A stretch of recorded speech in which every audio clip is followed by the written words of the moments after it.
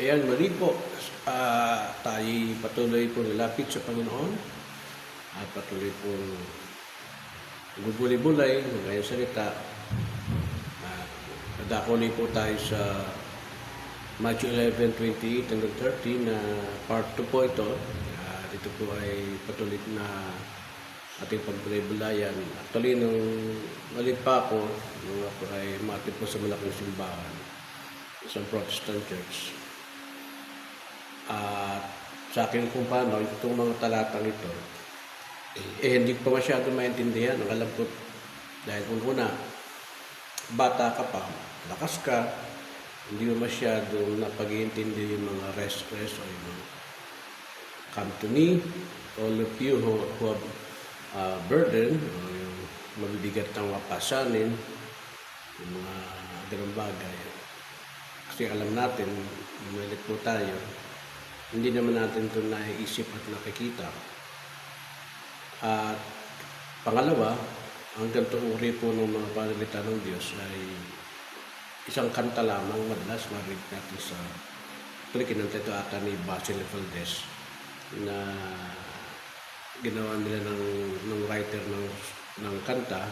Ito nga ay naging maganda sa pandinig ng mga tao, even hindi Kristiyano na ito'y magandang parang nakaka-bless na marinig kasi mayroon patungkol po sa Word of God. Pero nitong medyo older na ako, pagmamature, dito ko nakita yung kahalagahan po ng binabanggit ng Panginoon. No? At dito maano natin, una, sabi ng Lord, come to me. Ibig ko sabihin, pag sinabi ko come to me, lalapit kay Panginoon sa Kristo, hindi mo pwedeng dapat na lapit lang. Usually, ang nangyayari, pag tayo po ay nagiging religyoso, ang alam natin pag magsisimba, yun po ang interpretation po natin ng paglapit sa Diyos.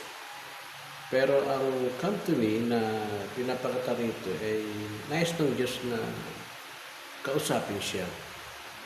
Talk to Him, ika nga. Yung kapag bulay po tayo ng mga bagay na kung saan po nakita natin ang ating Diyos na buhay na ilalapitan natin.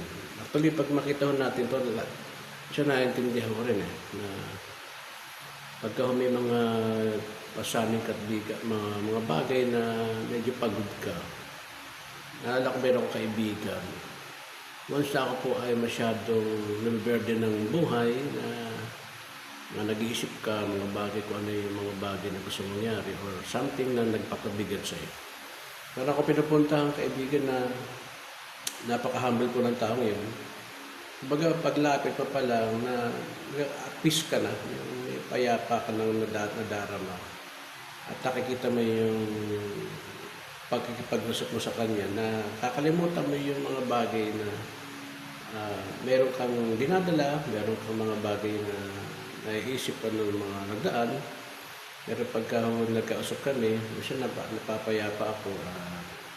Nawawala yung kainipan ng buhay, nawawala yung katanungan sa buhay.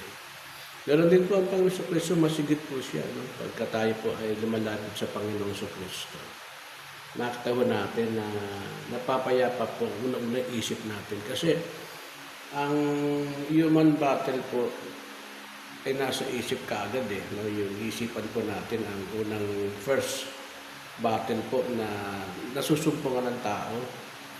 Kung matandaan po ninyo, pagdating po sa pagkakatoksok kay Eva, sa isipan po at knowledge po, ang head knowledge po ang tinumbok po ng Diablo. Na binabanggit lang po talagang anak ka ng Diyos. Kumbaga parang hindi ka na mamamatay. So maraming mga bagay na itutuwis po ng Diablo sa isipan natin.